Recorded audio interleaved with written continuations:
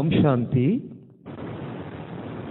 সাকার বাংলা মুরলী 20শে আগস্ট 2025।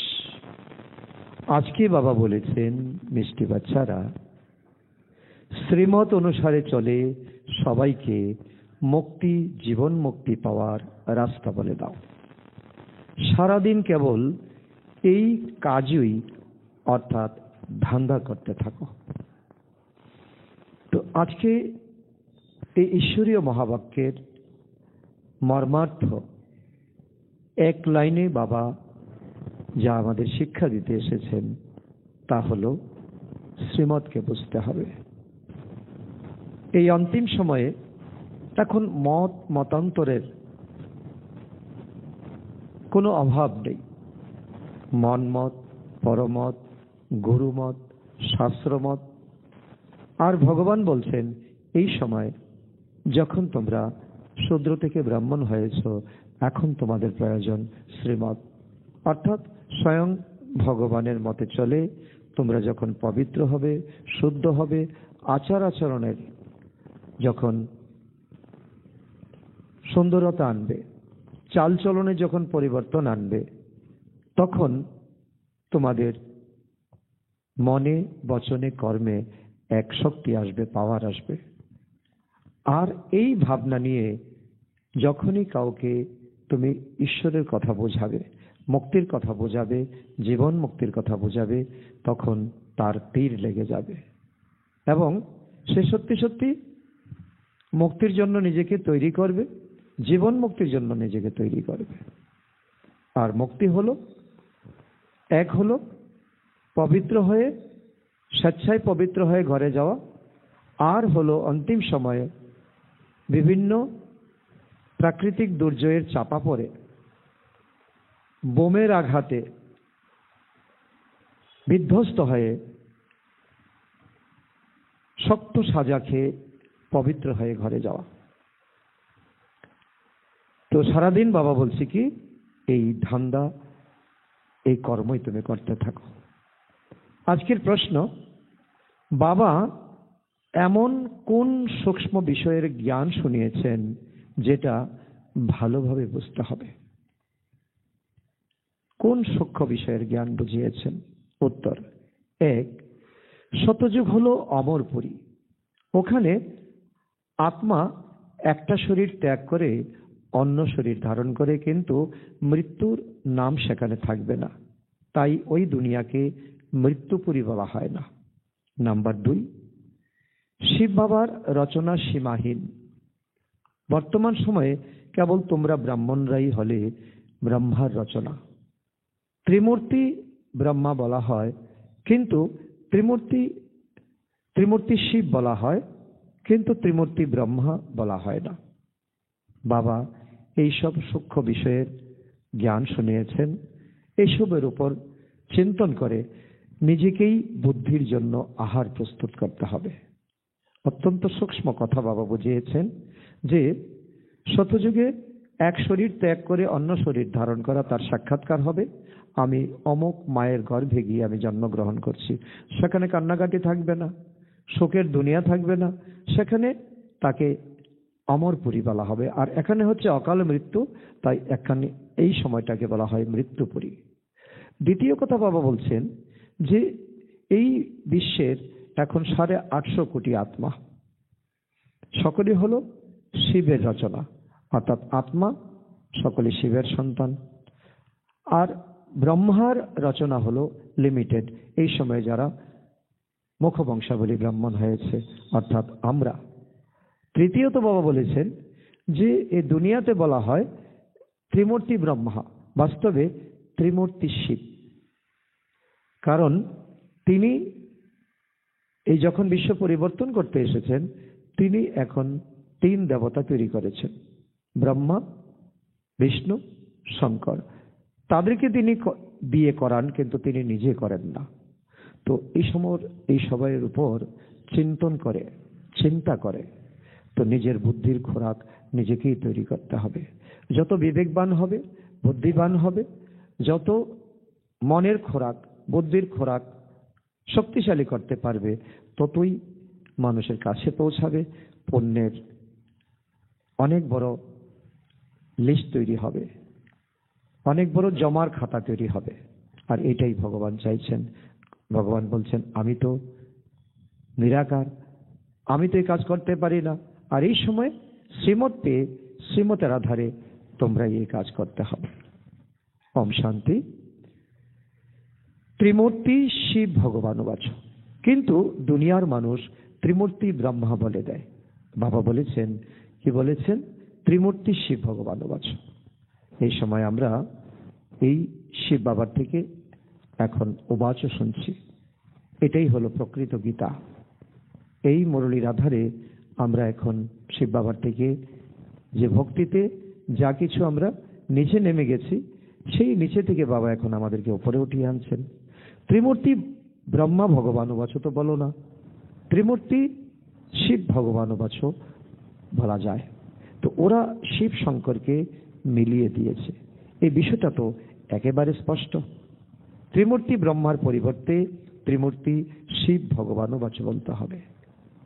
দুনিয়ার মানুষ বলে যে শঙ্কর চোখ খুললেই বিনাশ হয়ে যায়, কিন্তু এগুলি বুদ্ধি দিয়ে বুঝতে হবে। তো বাস্তবে ব্রহ্মা, বিষ্ণু, শঙ্কর, এই কথাটারও আধ্যাত্মিক অনেক গভীর তাৎপর্য আছে।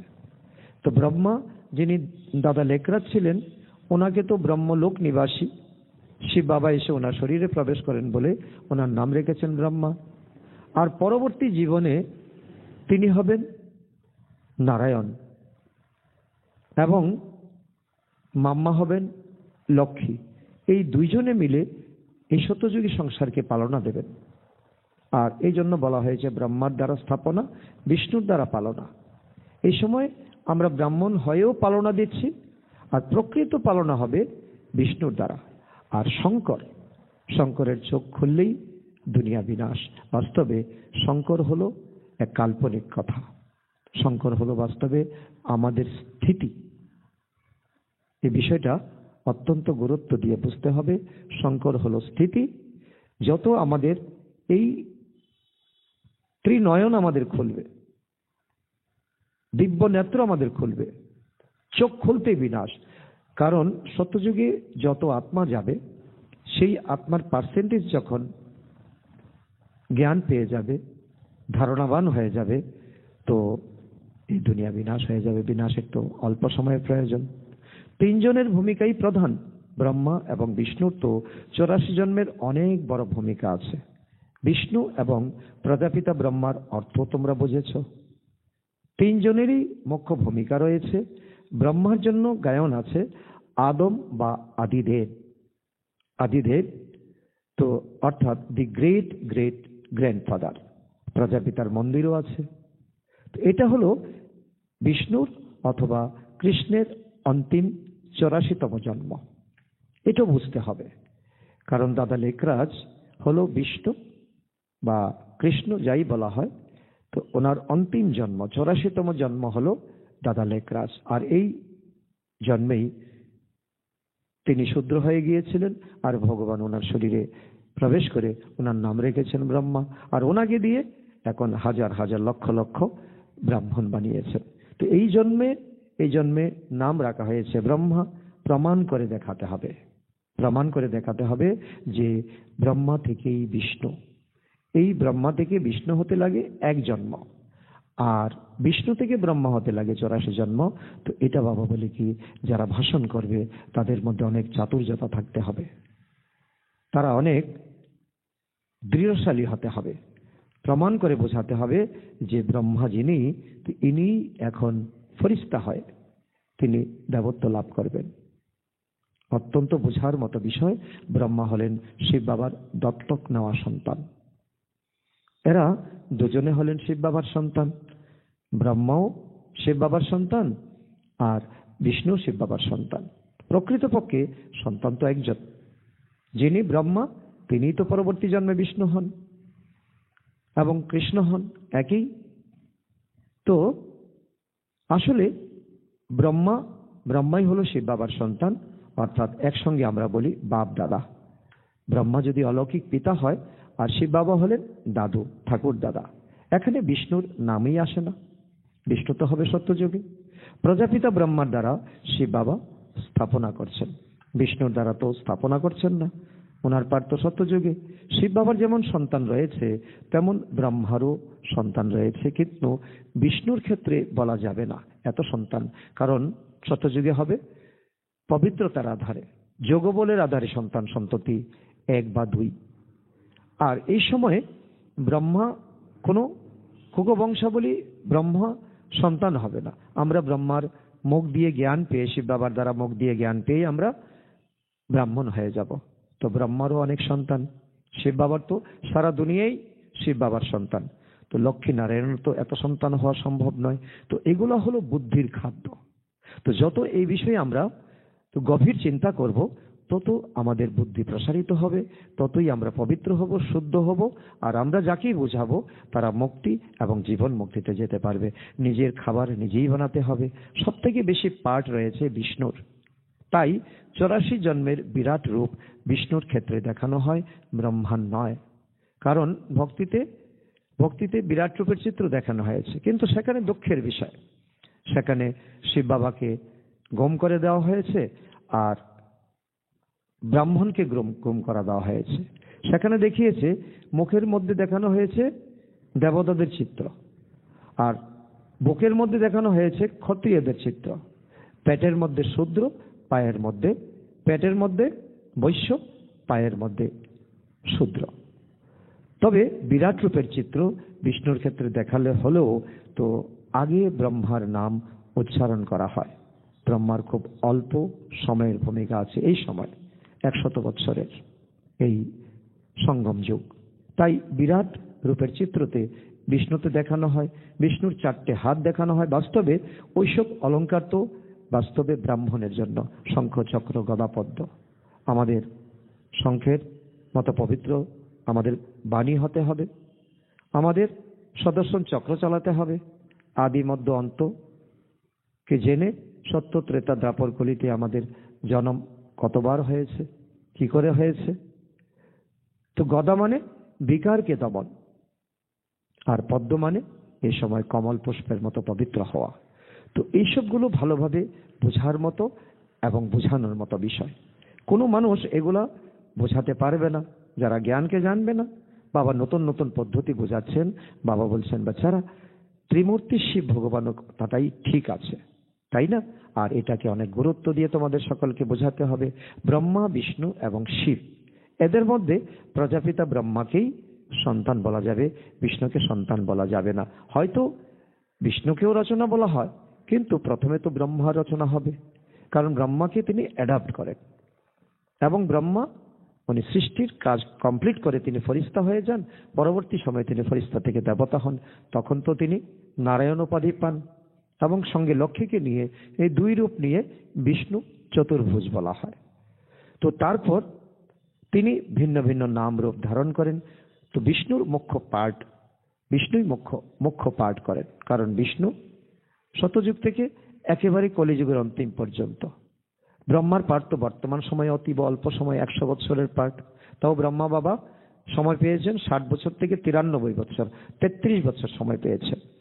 তো বিষ্ণুর অনেক সময় ধরে রাজ্যত্ব চলে, শতযুগে তো চলেই, তারপর ত্রেতা, তারপর দ্বাপর থেকে আস্তে আস্তে আস্তে আস্তে তো অধঃপতন হয়। আর শিব বাবা হলেন গোটা বৃক্ষের বীজরূপ। 850 কোটি আত্মাই হলো শিব বাবার সন্তান। তার রচনাদেরকে কি বলা হয়? শালিগ্রাম বলা হয়। ব্রহ্মা রচনাকে ব্রাহ্মণী বলা হয়। শিব বাবার যত রচনা, ব্রহ্মার তো অত রচনা নয়। শিব বাবার অনেক রচনা, এই সারা সংসারই শিব বাবার। আর ব্রহ্মা রচনা কেবল তোমরা অল্প সংখ্যক আত্মা যারা এখন ব্রাহ্মণ হয়েছ, তাই সংখ্যায় তোমরা সীমিত। আর সীমিত হলেও তোমরা 5% হলেই সারা দুনিয়া পরিবর্তন হয়ে যাবে। শিব বাবার রচনা অসীম, সকল আত্মা তিনি অসীম জগতের আত্মাদের কল্যাণ করেন। তো ব্রহ্মার দ্বারা স্বর্গের স্থাপনা করেন, তোমরা ব্রাহ্মণরাই স্বর্গবাসী হও। তো অত্যন্ত তো সুখানুভূতির কথা। আমরা স্বর্গবাসী হওয়ার জন্য এখন শ্রীমতে আমরা চলছি। এছাড়া কাউকে স্বর্গবাসী বলা যাবে না। তবে সকলেই নির্বাণ ধাম অথবা শান্তিধামের নিবাসী, সকলকেই পরমাত্মা নিয়ে যাবেন, শান্তিধামে। কেউ যাবে পবিত্র হয়ে, তোমরা যাবে পবিত্র হয়ে, আর কেউ সাজা খেয়ে। সব থেকে শ্রেষ্ঠ সেবা তো শিব বাবা করেন। সকল আত্মাদেরকে নিয়ে যান, সকলের পার্ট আলাদা আলাদা। শিব বাবা বলেছেন আমার পার্ট একেবারে আলাদা। সকলের হিসাব সমাপ্ত করে তোমাদেরকে পবিত্র বানিয়ে নিয়ে যাই। তোমরা এখন এখানে পবিত্র হওয়ার জন্য পুরুষার্থ করছো। আর অন্যরা সবাই বিনাশের সময় সাজা খেয়ে হিসাব মিটিয়ে ফেরত যাবে ঘরে। ফেরত তো যেতে হবে, এখানে পরে থাকতে তো চলবে না। তো সৃষ্টি চক্র তো আবর্তিত হবেই। তারপর তো আবার সত্যযুগ, ত্রেতা, দ্বাপর, কলি আসবে। তো কারো পাঠ সত্যযুগে থাকবে, কারো ত্রেতাতে, কারো তার উপরে। তোমরা বাচ্চারা তো ব্রহ্মার দ্বারা ব্রাহ্মণ হও, তারপর আবার দেবতা হয়ে যাও। তোমরা ব্রাহ্মণরা শ্রীমত অনুসারে সেবা করছে এখন, কারণ তোমাদের এখন একটাই মত, একটাই পথ, শ্রীমতের আধারে তোমরা চলছো। তোমাদের পবিত্রতা, শুদ্ধতা, আচার আচরণ তো অতীব সুন্দর, যা ভগবান তোমাদেরকে এখন প্রতিদিন পড়াশোনা করিয়ে বানাচ্ছে। দুনিয়ার মানুষকে তোমরা রাস্তা দেখাচ্ছ। কিসের রাস্তা? মুক্তি এবং জীবন মুক্তি পেতে চাইলে তো এইভাবে পেতে পারো। সকলকে অ্যানাউন্সমেন্ট করো, জানান দাও। দুটো চাবি হাতে আছে। কেউ যদি চায় মুক্তিতে যাব, যেতে পারো। কেউ যদি চায় না আমি মুক্তিতেও যাব, জীবন মুক্তিতেও যাব, তো তাও যেতে পারো। তোমরা এটাও জানো যে কারা মুক্তি লাভ করবে আর কারা জীবন মুক্তি পাবে। মুক্তি লাভ মানে কি? পরমধামে তো যেতেই পারবে সকলে। আর জীবন মুক্তিতে আসা মানে কি? তো শতযুগে আসা, শতযুগে আসা, প্রথম দিকে আসা, এটাই হলো সুন্দর জীবন মুক্তি। কারো তো কলিযুগে পরমধাম থেকে এন্ট্রি হবে, তখন তার হবে সেটা জীবন মুক্তি। কিন্তু তাতে কোনো আনন্দ আছে কি? সারাদিন তোমরা এই একটাই কাজ করো। কেউ যদি সবজি বিক্রি করে, তাহলে তার বুদ্ধিতে সারাদিন সেটাই থাকবে। তোমাদের কাজ হলো এই রচনার আদি, মধ্য এবং অন্তকে জানা এবং অন্যকে মুক্তি, জীবন মুক্তির রাস্তা দেখানো। যারা এই ধর্মের হবে তারা অবশ্যই বেরিয়ে আসবে। এমন অনেক ধর্ম আছে যারা তাদের নিজের ধর্ম পরিবর্তন করে না। প্রাথমিকভাবে হয়তো মেনে নেবে, কিন্তু এমন নয় যে তাদের চেহারাই পাল্টে যাবে। অনেক গুরুত্বপূর্ণ কথা বাবা বলছেন। বাস্তবে তো যারা এই কুলের হবে না, অর্থাৎ আদি সনাতন দেবদেবী ধর্মের হবে না, তো সে তো এই জ্ঞান শুনে উপর মেনে নেবে। যুক্তি যখন দেওয়া হবে সে মানবে, কিন্তু বলবে না আমি আমার ধর্ম। আসল তো ধর্ম তো একটাই, আত্মার ধর্ম, স্বধর্মকে বোঝা আর স্বর্গ দুনিয়াতে যাওয়া। তো কেবল তাদের তো ধর্ম হলো দেহের ধর্ম। বাস্তবে পরমাত্মা আমাদেরকে বোঝাচ্ছেন যে আত্মার ধর্মকেই শ্রেষ্ঠ ধর্ম বলা হয়। কেবল ধর্মটাকে তারা মেনে নেবে। অনেকে তো এইরকম বৌদ্ধ ধর্মকে মেনে চলে, কারণ দেবী দেবতা ধর্ম তো এখন প্রায় লুপ্ত হয়ে গেছে। এমন একজন ব্যক্তিও নেই নিজেকে দেবী দেবতা ধর্মের বলবে। কেবল দেবতাদের ছবিগুলিই কাজে আসে, ঘরে ঘরে টাঙানো আছে। আত্মা তো অবিনাশী, কখনো তার মৃত্যু হয় না। একটা শরীর ত্যাগ করে তো অন্য শরীর নিয়ে পার্ট প্লে করে। তো ওই দুনিয়াকে মৃত্যুপুরী বলা হয় না, এটা হলো অমরপুরী। সত্যযুগকে, ত্রেতাযুগকে অমরপুরী, সেখানে অকালে মৃত্যু হবে না, সেখানে সাক্ষাৎকার হবে। তো কেবল শরীর পরিবর্তন করে। এই সূক্ষ্ম বিষয়গুলি ভালোভাবে বুঝতে হবে। এগুলো কোনো স্থূল বিষয় নয়। বিয়ের সময়ে কাউকে অল্প কিছু দেওয়া হয়, আবার কাউকে অনেক কিছু দেওয়া হয়। কেউ সবাইকে দেখিয়ে উপহার দেয়, আবার কেউ বন্ধ বাক্সের মধ্যে করে পেটি পেটি করে গিফট হিসাবে দেয়। কত রকমের মানুষ আছে, কত রকমের মানসিকতা আছে। তোমরা অনেক উত্তরাধিকার লাভ করো স্বর্গ দুনিয়ার পরমাত্মার থেকে। সবকিছু তোমরা প্রাপ্ত করো, কারণ সবকিছু তোমার এখন গুণ, জ্ঞান, শক্তি সবকিছু প্রলোভে পরিণত হয়ে যাবে, সম্পদে পরিণত হয়ে যাবে। কারণ তোমরা হলে কনে। এই সময় তোমাদেরকে ভগবান সাজাতে এসেছেন। বাবা হলেন বর। তোমাদের মতো বাচ্চাদেরকে সাজিয়ে তিনি অসীম বিশ্বের রাজত্ব দিয়ে দেন। তোমরা বিশ্বের মালিক হও। মুখ্য বিষয় হলো ইয়াদ, স্মরণ। জ্ঞান তো খুবই সহজ। স্মরণের ক্ষেত্রে কেবল বাবাকে স্মরণ করতে হয়, কিন্তু দেখা যায় স্মরণ করতেই বাচ্চারা ভুলে যায়, বলে এটা কঠিন লাগে। অনেকেই বলে বাবা স্মরণ করতে ভুলে যাই। তোমরা যখন কাউকে বোঝাবে সর্বদা স্মরণ শব্দটা ব্যবহার করবে, যোগ শব্দটা ঠিক নয়। স্টুডেন্টদের কথা তো টিচারদের মনে থাকবে, তাই না? কারণ এখন ঈশ্বরীয় পড়াশোনা আমাদেরকে পড়াচ্ছেন কে? বাবা শিক্ষক হয়ে। তো ওনার কথা তো আমাদের আজকে কি পড়াশোনা করিয়েছে মনে থাকবে। তো এটাই হলো টিচারকে স্মরণ করা। তো বাবা হলেন সুপ্রিম সোল, তোমরা আত্মারা সুপ্রিম নও, তোমরা পতিত হয়ে গেছো, তাই এখন বাবাকে স্মরণ করো। স্মরণ করতে করতে তোমরা পাবন হয়ে যাবে। টিচার, বাবা এবং গুরুকে স্মরণ করতে হয়। যখন যেটা, বাবাকে হলে বাবা, শিক্ষক হলেও শিক্ষক, নতুবা সদ্গুরু।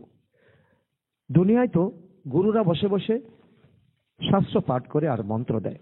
বাবা এখানে একটাই মন্ত্র দিচ্ছেন, বাচ্চারা মন মনা ভব, তারপর কি? মদ্দাজীব হব। তোমরা বিষ্ণুপুরীতে চলে যাবে, সমস্ত ধন সম্পদ তোমাদের হবে। তোমরা সবাই তো রাজা রানী হবে না। রাজা রানীর সাথে প্রজাও তো থাকবে। মুখ্য হলো ত্রিমূর্তি। শিব বাবার পরেই আছেন ব্রহ্মা বাবা, যিনি মনুষ্য সৃষ্টি অর্থাৎ ব্রাহ্মণদের রচনা করেন, তারপর নিজে বসে থেকে ব্রাহ্মণদের শিক্ষা দেন। বাবা বলছেন যে, এই জন্য বলছেন ফলো ফাদার মাদার। ব্রহ্মা বাবা এবং মাম্মাকে বাবা নিজের মতো করে গড়ে তুলেছেন। আর বাচ্চাদেরকে বলছেন তাদেরকে স্মরণ করো, তাদেরকে ফলো করো, স্মরণ আমাকে করো। তো এগুলো সব নতুন কথা না। তোমরা ব্রাহ্মণ বর্ণনীরা হলে পরস্পরের ভাই বোন। বৃদ্ধ ব্যক্তিও বলবে আমরা ভাই বোন। তো এই বিষয়টা আন্তরিকভাবে বুঝতে হবে। কি করে আমরা সকলে ভাই বোন হলাম? এক ঈশ্বরের সন্তান, তাই বলে তার মধ্যে অনেক গুরুত্ব দিতে হবে। সবাইকে অযথা বলে বেড়ানো উচিত নয়। যে বুঝবে তাকেই বোঝাও, তাকেই বলো। স্বয়ং ভগবান প্রজাপিতা ব্রহ্মার দ্বারা রচনা করেছেন। সুতরাং প্রজাপিতা ব্রহ্মার সন্তান হওয়ার জন্য পরস্পরের ভাই বোন হয়ে গেলাম, এটাই বোঝার মতো বিষয়। তাছাড়া তোমাদের তো খুবই খুশিতে থাকতে হবে। আমাদেরকে কে পড়াচ্ছেন? We are all godly student. Shiv Baba আমাদেরকে পড়াচ্ছেন ত্রিমূর্তি শিব। ব্রহ্মার ভূমিকা খুব অল্প সময়ের জন্য, এই লিপ ইয়ার অর্থাৎ এই সঙ্গম যুগে। বিষ্ণুর তো সত্যযুগের রাজধানীতে 8 জন্ম ধরে ভূমিকা থাকবে। ব্রহ্মার পার্ট কেবল 1 জন্মের জন্য, এই সময় যখন তিনি শূদ্র হয়েছেন, শূদ্র থেকে ব্রাহ্মণ করেছেন স্বয়ং পরমপিতা। বিষ্ণুর পার্ট অনেক বড়। ত্রিমূর্তি শিব বাবার পার্টই হলো মুখ্য, তারপর হলো ব্রহ্মার পার্ট, যিনি বাচ্চারা তোমাদেরকে বিষ্ণুপুরীর মালিক বানাচ্ছেন। তো ব্রহ্মার দ্বারা ব্রাহ্মণ রচনা হয়, তারপর ব্রাহ্মণ থেকে তোমরা কি হও? দেবতা হও, ফরিস্তা হয়ে দেবতা। তাই ইনি হলেন অলৌকিক পিতা ব্রহ্মা। বর্তমান সময়ে খুব অল্প সময়ের জন্য ইনি তোমাদের পিতা হয়েছেন, আদিদেব বা আদম এবং বিবি। তো ওনাদের ছাড়া সৃষ্টি কিভাবে রচিত হবে? তো ওনারা হলেন আদিদেব, আদিদেবী। কেবল এই সঙ্গম যুগেই ব্রহ্মার ভূমিকা রয়েছে। দেবতাদের পার্ট অনেক সময় ধরে থাকে, তবে কেবল সত্যযুগেই দেবতাদের পার্ট থাকে 2500 বৎসর। কিন্তু ত্রেতাকে বলা হয় সেমি স্বর্গ। এটাও স্বর্গ, কিন্তু সেমি, 2 কলা কম হয়ে যাবে। ত্রেতা যুগে তো ক্ষত্রিয় বলা হবে, দেবতা বলা হবে না। এখানে এইরকম খুব সূক্ষ্ম পয়েন্ট শুনতে পাওয়া যায়। সবকিছু তো একসঙ্গে বর্ণনা করা সম্ভব নয়, আর একসঙ্গে বর্ণনা করলে সকলে তার ধারণা করতে পারবে না, হজম করতে পারবে না। দুনিয়ার মানুষ কি বলে? ত্রিমূর্তি ব্রহ্মা বলে দেয়। শিব বাবাকে সরিয়ে দিয়েছে, ব্রাহ্মণকে সরিয়ে দিয়েছে, কিন্তু আমরা ত্রিমূর্তি শিব বলি। এটাই যুক্তিযুক্ত, এটাই যথার্থ। এইসব ছবি তো ভক্তি মার্গের, আর তাকে এখন সকলকে সুন্দরভাবে বোঝাতে হবে। কারণ সকলে যে এখন ব্রাহ্মণ হয়ে ফরিস্তা হয়ে এখন দেবতা হবে। ব্রহ্মার দ্বারা প্রজাদের রচনা হয়, তারপর তোমরা দেবতা হয়ে যাও। বিনাশের সময়ে প্রাকৃতিক বিপর্যয় আসবে, বিনাশ তো হবেই। কলিযুগের পরে আবার কি হবে? সত্যযুগ আসবে। এত শরীরের বিনাশ তো অবশ্যই হবে, সবকিছু প্র্যাকটিক্যাল হবে। কেবল চোখ খুললেই কি এসব হওয়া সম্ভব? যখন দেখিয়েছে তো শঙ্কর চোখ খুলেছে তো বিনাশ হয়ে গেল, আসলে তা নয়। তাও বোঝার মতো বিষয়। তো শঙ্করের চোখ খোলা মানে কি?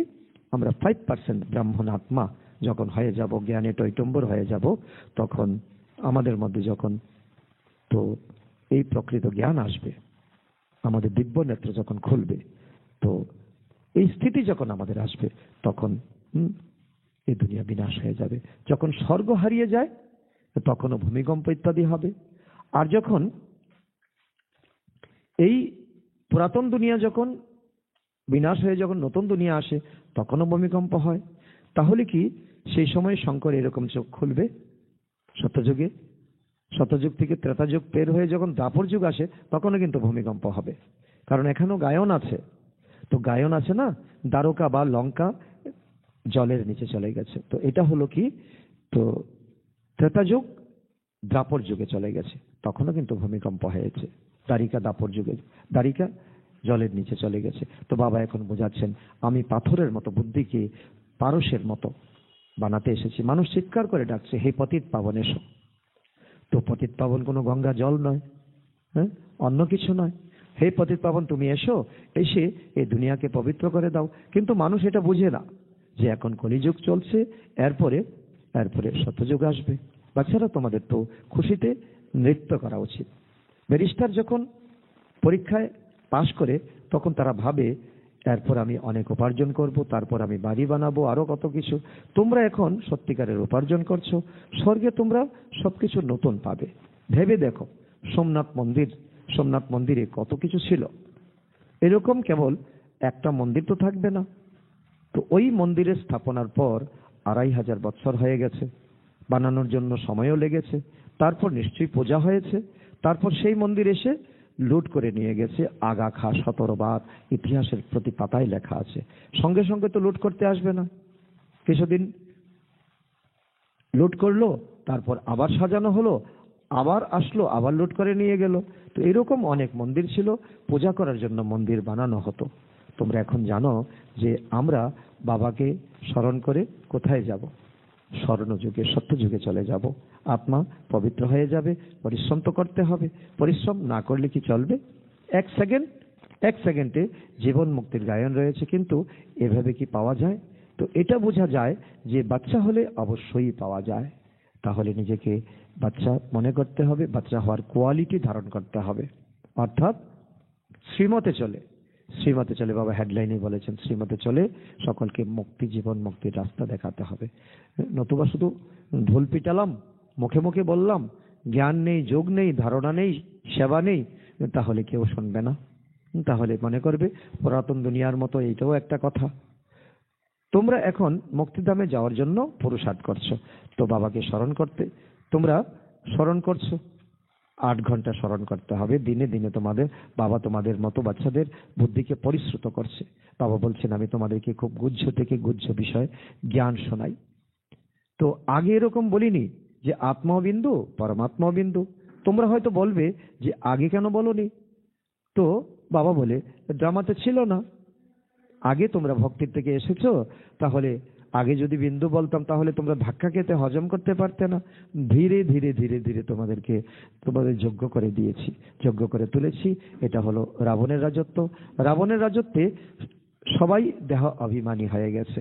সত্যযুগে সকলে আত্মা অভিমানী থাকবে, নিজেকে আত্মা বলে জানবে। আমার শরীরের অনেক বয়স হয়েছে, এবার এটা ত্যাগ করে ছোট শরীর নেব। তখন সত্যযুগে এটাই থাকবে সংকল্প, কোনো মৃত্যু, কান্নাকাটি। এই জন্য তাকে অমরপুরী বলা হয়। তো পরে তা বৃদ্ধি হতে থাকে। এখানে তো সকলের আয়ু সমান নয়, অনেকের অকালে মৃত্যু হয়ে যায়, কারো আবার 125 বছর পর্যন্ত আয়ু হয়। তো বাবা বোঝাচ্ছেন, তোমরা বাবার কাছ থেকে উত্তরাধিকার নিচ্ছ, তাই খুব খুশি হওয়া উচিত। আমরা সত্যযুগে যাব, অনেক বড় আয়ু আমাদের হবে। গন্ধর্ব মতে বিয়ে করা কোনো খুশির ব্যাপার নয়। তো এটা তো দুর্বলতা। কোনো কুমারী যদি বলে যে আমি পবিত্র থাকতে চাই, তাহলে কেউ কি তাকে মেরে ফেলবে? কিন্তু জ্ঞান কম থাকার জন্য সে ভয় পেয়ে যাবে। একজন ছোট্ট কুমারীকেও যদি কেউ আঘাত করে রক্ত বের করে দেয়, তাহলে পুলিশের কাছে অভিযোগ করলে তাকে অবশ্যই শাস্তি ভোগ করতে হবে। কোনো জন্তু জানোয়ারকে যদি কেউ মারে, তাহলে তার জন্য মামলা হয়, শাস্তি পেতে হয়। তাই তোমরা বাচ্চারা, তোমাদেরকে কেউ মারতে পারবে না, কুমারদেরকেও কেউ মারতে পারবে না। ওরা তো নিজেরাই উপার্জন করতে পারবে, নিজেদের শরীর নির্বাহ করতে পারবে। পেট তো খুব বেশি খাবার খায় না। একজন মানুষের খাওয়ার জন্য ওই 4-5 টাকা খরচ হয়। আবার একজনের 400-500 টাকাও প্রয়োজন, তাতেও মিটে না। তো অনেক টাকা থাকলেই লোভ বেড়ে যাবে। গরিবের টাকা নেই, তাই লোভও নেই। ওরা শুকনো রুটিতেই খুশি থাকে। বাচ্চারা তোমরা জানো যে ওখানে আমরা সবকিছুই পাবো সত্যযুগে। 36 প্রকারের ব্যঞ্জন আমাদের থাকবে। তো এখানে শুকনো রুটি খাওয়া কি এমন কঠিন ব্যাপার? সীমাহীন রাজত্ব আর সীমাহীন সুখ পাওয়া যাবে। ওখানে কোনো রোগ জ্বালা হবে না, সুস্বাস্থ্য, সমৃদ্ধি, সবকিছুই থাকবে। বার্ধক্য অবস্থাতেও ব্যক্তি খুব সুন্দর থাকবে, খুশিতে থাকবে, কোনো সমস্যা, কোনো রকম সমস্যা হবে না। প্রজারও এরকম হবে। কিন্তু তাই বলে এটা ভাবা উচিত নয় যে আচ্ছা তাহলে প্রজাতেই চলে যাব, তো এটা তো দুর্বলতা। এরকম ভাবলে তো দুনিয়ার ভিলদের, যারা একটা প্রজাতি রাজস্থানের বিশেষ জাত, তাদের মতো হয়ে যাবে। সূর্য বংশের লক্ষ্মীনারায়ণ হওয়ার জন্য তো সেই রকম পুরুষার্থ তো করতে হবে। আচ্ছা, মিষ্টি মিষ্টি হারানিধি বাচ্চাদের প্রতি মাতা পিতা বাপ দাদার স্মরণের স্নেহ সুমন আর সুপ্রভাত। আত্মাদের পিতা তার আত্মারূপী বাচ্চাদের জানাচ্ছেন নমস্কার। আমরা আত্মারূপী সন্তানরা আমাদের মাতা পিতা বাপদাদাকে জানাই স্মরণের স্নেহ সুমন, সুপ্রভাত ও নমস্কার। ধারণার জন্য মুখ্য সার: 1 নম্বর, খুব বেশি খাওয়া দাওয়ার ঝামেলা যাওয়া উচিত নয়। লোভ ত্যাগ করে সীমাহীন উত্তরাধিকারের সুখকে স্মরণ করতে হবে, যা কি পেতে চলেছি আমরা। নাম্বার 2, আমরা হলাম ব্রহ্মার নতুন রচনা, অর্থাৎ পরস্পরের ভাই বোন। বৃদ্ধরাও বলবে। এই বিষয়টা আন্তরিকভাবে বুঝতে হবে, কাউকে বলার প্রয়োজন নেই। শিব বাবা আমাদেরকে পড়াচ্ছেন, এটা স্মরণে রেখে সর্বদা খুশিতে থাকতে হবে। বরদান: অনেক প্রকারের প্রবৃত্তি থেকে নিবৃত হয়ে নষ্ট মোহ স্মৃতিস্বরূপ হব। নিজের প্রবৃত্তি, দৈবী পরিবারের প্রবৃত্তি, সেবার প্রবৃত্তি, লৌকিকের প্রাপ্তিগুলির প্রবৃত্তি, এই সব কিছু থেকে নষ্ট মোহ হওয়া জন্য বাবার স্নেহরূপকে সামনে রেখে স্মৃতিস্বরূপ হও। স্মৃতিস্বরূপ হলে নষ্ট মোহ হয়ে যাবে। প্রবৃত্তি থেকে নিবৃত হওয়া অর্থাৎ আমিত্বকে সমাপ্ত করে নষ্ট মোহ হওয়া। এই নষ্ট মোহ হওয়া বাচ্চারাই দীর্ঘ সময়ের পুরুষার্থের দ্বারা দীর্ঘ সময়ের প্রলব্ধের প্রাপ্তির অধিকারী হয়। স্লোগান: কমল পুষ্পের মতো পৃথক থাকো, তাহলে প্রভুর প্রেম প্রাপ্ত হতে থাকবে। অব্যক্ত ইশারা: সহজ যোগী হতে হলে পরমাত্মা প্রেমের অনুভবী হও। যারা নম্বর 1 বন্যী পতঙ্গ, তারা নিজের অর্থাৎ এই দেহভানের দিন রাতের ক্ষুধা আর তৃষ্ণার, নিজের সুখের সাধনের আরামের কোনো কিছুর আধারে থাকে না। তারা সকল প্রকারের দেহের স্মৃতি থেকে ঊর্ধ্বে থাকে, অর্থাৎ নিরন্তর জ্যোতির্বিন্দু শিব বাবার লাভলীন থাকে। যেরকম শিব বাবা হলেন জ্যোতিস্বরূপ, লাইট মাইট রূপ, সেরকম শিব বাবার সমান নিজেরও লাইট মাইট রূপ হয়ে যায়। আজকের সমান আমি নষ্ট মোহ স্মৃতিস্বরূপ আত্মা। তাহলে কি করতে হবে? অনেক প্রকারের প্রবৃত্তি থেকে আমাদেরকে নিবৃত হতে হবে, নষ্ট মহা হতে হবে, তাহলেই নষ্ট মহা স্মৃতি লব্ধ হতে পারবো। আচ্ছা, ওম শান্তি।